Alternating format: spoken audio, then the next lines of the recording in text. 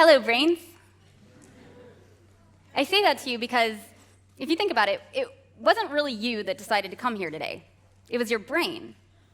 And whether you decided to walk or drive, take a taxi, ride a bike, that decision was made by your brain. Behavior, all behavior, is affected by the brain. This is a story about my brain. So I was a smart kid. By 18 months, I was speaking in full sentences. By third grade, I was scoring post-high school on standardized tests. I had, as all my teachers agreed, so much potential. I was also struggling. I didn't have any friends outside of books. I was easily overwhelmed. I spaced out in class. I lost things constantly. And trying to get my brain to focus on anything I wasn't excited about was like trying to nail Jell-O to the wall. But I was smart, so nobody was worried. It wasn't until middle school when I was responsible for getting myself to classes on time and remembering to bring my own homework that being smart wasn't enough anymore, and my grades started to suffer. My mom took me to the doctor, and after a comprehensive evaluation, I was diagnosed with attention deficit hyperactivity disorder, ADHD. If you're not familiar with ADHD, it has three primary characteristics: inattention, impulsivity, and hyperactivity.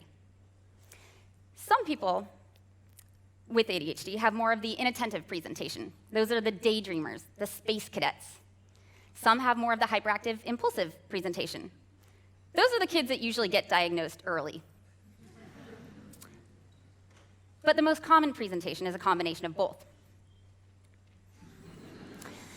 My doctor and my parents decided that given my shiny new diagnosis, maybe stimulant medication would succeed where spankings and lectures had failed. So I tried it, and it worked. The first time I took my medication, it was like putting on glasses and realizing I could see without squinting. I could focus. Without changing anything, my GPA went up a full point. Honestly, it was kind of miraculous. By 14, I had friends that liked me. By 15, I had published my first poem. I got a boyfriend. By 17, I knew I wanted to be a journalist. My local college had a program that would guarantee admission to USC. They had a really great journalism program. So I signed up at my local college, and I started taking classes. I moved in with my boyfriend. Things were going great until they weren't. I started having trouble making it to class on time. I aced a statistics course, but I forgot to sign up in time, so I never got the credit. I took classes so I could help my boyfriend with his career, but I completely lost sight of mine. I never made it to USC. By 21, I dropped out of college and moved back home. Over the next 10 years, I started and quit or was fired from 15 jobs. I ruined my credit. I got married and was divorced within a year. At this point, I was 32, and I had no idea what I was doing with my life, besides reading self-help books that didn't seem to be helping. What happened to all that potential? Was I not trying? No. I worked harder than anyone I knew. I didn't even have time for friends. I was that busy. I had potential, though, so my failure was clearly my fault. I just hadn't done what I needed to do to reach it, and honestly, I was tired of trying, putting more effort into life than everyone else, and falling farther and farther behind. At this point, I could have given up on myself. I could have decided that everyone who thought I had potential was wrong. But I didn't, because I knew that it was my behavior that had gotten me here. And behavior is affected by the brain. And my brain has ADHD. Looking at my behavior, I knew, even with medication, even as an adult, my ADHD was still interfering with my life. What I needed to know was how and why, and more importantly, what could I do about it? I started to do some research. And I found a lot of great information. I found a lot of bad information too, but that's another talk. But there's good information out there. Websites, podcasts, talks by researchers and medical professionals. Books that would have been way more helpful than the self-help books I'd been using that were clearly written for normal, well, there is no normal, neurotypical brains. A lot of what I found, though, was either super technical or seemed like it was written for parents and teachers trying to deal with ADHD kids. There wasn't a lot that seemed intended for us, the people who have ADHD. So I started a YouTube channel. I had no idea how to start a YouTube channel, but I started a YouTube channel. I almost called it How Not to ADHD because that was about all I knew at the time. But my boyfriend, Edward, talked me out of it. Turns out lots of people need help understanding ADHD, including, maybe especially, those who actually have it. I was no exception. I thought ADHD was kind of the same for everybody. I thought it was mostly about getting distracted. I thought having ADHD was maybe the reason that I was failing at life. And I thought I was what needed to change in order to be successful. I couldn't be successful and still be me. Spoilers, I was wrong. So let's go back for a second. Let's go back to what brought us here today. The brain. Understanding the brain you're working with, it turns out, is kind of important. And that's true whether that brain is your employees, your students, your kids, your significant others, or your own. ADHD affects between 5 and 8% of the global population, which means, statistically speaking, there's between 37 and 60 of us just in this room. You can't tell who we are just by looking, but it's fun to watch you try. So at some point, you're going to meet someone with ADHD. Work with them, give birth to them, or fall in love with them. Chances are, you already have. And at some point, you're going to ask yourself, what is going on in their brain? So after 2 years of learning about ADHD and a lifetime of experience with it, after having the honor of connecting with researchers and doctors and ADHD experts and tens of thousands of ADHD brains all over the world, what can I tell you to help you understand ADHD? By the way, many of them helped with this talk. First of all, it's real.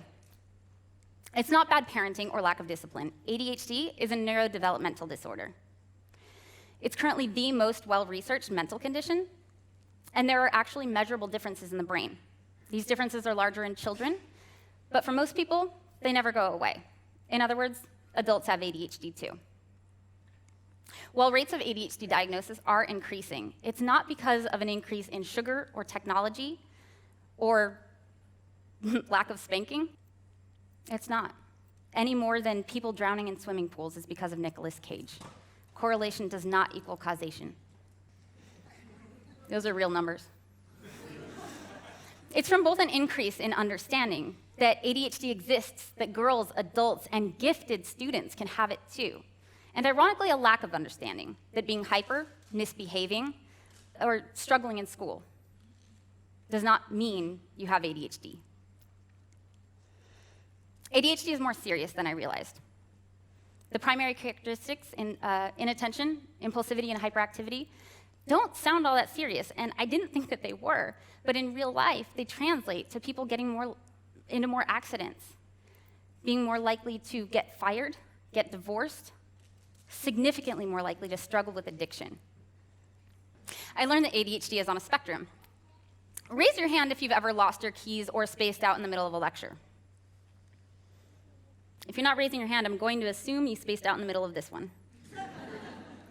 The thing is, while everyone experiences ADHD symptoms sometimes, an actual diagnosis is based on how many of those symptoms significantly and chronically impair multiple aspects of your life. Just like you can get sad and not have depression, you can get distracted and not have ADHD. And just like you can have mild depression or severe depression, ADHD can range from mild to severe. I also learned ADHD is a terrible name for ADHD. It creates a lot of confusion. We don't have a deficit of attention. What we have trouble with is regulating our attention. As ADHD coach Brett Thornhill puts it, it's like your brain keeps switching between 30 different channels and somebody else has the remote. Sometimes we have trouble focusing at all, and other times we get stuck on a channel, and can't pull ourselves away, which in real life might look like we just don't want to do homework because we'd rather play video games. And sure, sometimes that's the case. But the truth is, there are plenty of times we want to be able to focus. We try, and we just can't. Current understanding is that this difficulty has to do with the way our brains produce and metabolize neurotransmitters like dopamine and norepinephrine. I learned ADHD is highly treatable. Stimulant medication boosts these neurotransmitters, which is why it helps us focus. It's very effective for around 80% of people with ADHD. And I learned that medication isn't enough. ADHD affects much more than our focus. It impairs executive functions like planning, prioritizing, and ability to sustain effort toward a goal. It affects our ability to regulate our emotions, our behavior, our sleep. It's not one program in our brain that it works differently. It's the whole operating system. It can affect every aspect of our lives. And there are a ton of strategies out there that can help. Cognitive behavioral therapy, coaching, even meditation or regular exercise can make a huge difference, understanding your brain. I knew I had trouble focusing, and I knew my medication helped with that. What I didn't know was that getting overwhelmed all the time had to do with poor working memory, and that making lists helps. Or that the reason I ran late all the time wasn't because I didn't care. It's because ADHDers have a skewed sense of time, and that using a timer could teach me how long things actually take. Mostly I expected to learn what I actually learned, that ADHD is real, addressing it is important, and medication is not enough. What I didn't expect to learn, that I wasn't alone. I had an ADHD tribe. What a difference it would make to connect with it. There are people with ADHD in every country, every culture across the globe. Yes, even in France. And this tribe is awesome. Comparing myself to people with neurotypical brains, I felt really bad about myself. Why couldn't I keep my house clean or finish a project in time instead of waiting till the very last second? But seeing the positives in fellow ADHD brains helped me recognize and appreciate my own strengths, ones I couldn't see when I was just staring at my weaknesses, which is what I'd been doing for decades. But ADHD brains have a lot to offer the world. We tend to be generous, funny, creative. ADHDers are 300% more likely to start their own business. We not only think outside the box, we're often not even aware there is a box. We may struggle when our brains aren't engaged, but ADHD brains are great at tackling tasks that are urgent, working with ideas that are new, wrestling with problems that are challenging, and dedicating themselves to projects that are of personal interest. This YouTube career I'd stumbled into was all of those things. At 32, I was divorced, miserable, and had no idea what I was doing with my life. At 33, I'd started my own business and was connecting with ADHD experts. By now, at 34, I have a team of volunteers helping with the channel. I'm engaged to this amazing man who helps me produce the channel, works right alongside with me, is doing the slides right now. And as we discovered, also has ADHD. I'm working on reaching out to schools so that kids don't have to wait until they're 32 to learn about their brains. And I'm doing my very first TEDx talk here with you today.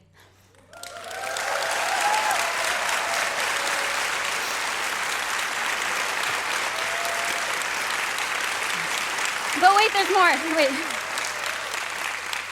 That did sound like the end of the speech. I'm sorry, it's not. I'm happier and more successful than I've ever been in my life. So what happened? How did I reach my potential? 3 things. 1, I learned about my brain, my ADHD brain, both on my own and by connecting with others who have it. If you judge a fish by its ability to climb a tree, it will live its whole life believing it is stupid, unless it happens to chat with another fish and realizes fish aren't great at climbing trees, and that's okay. There's plenty of ocean. 2,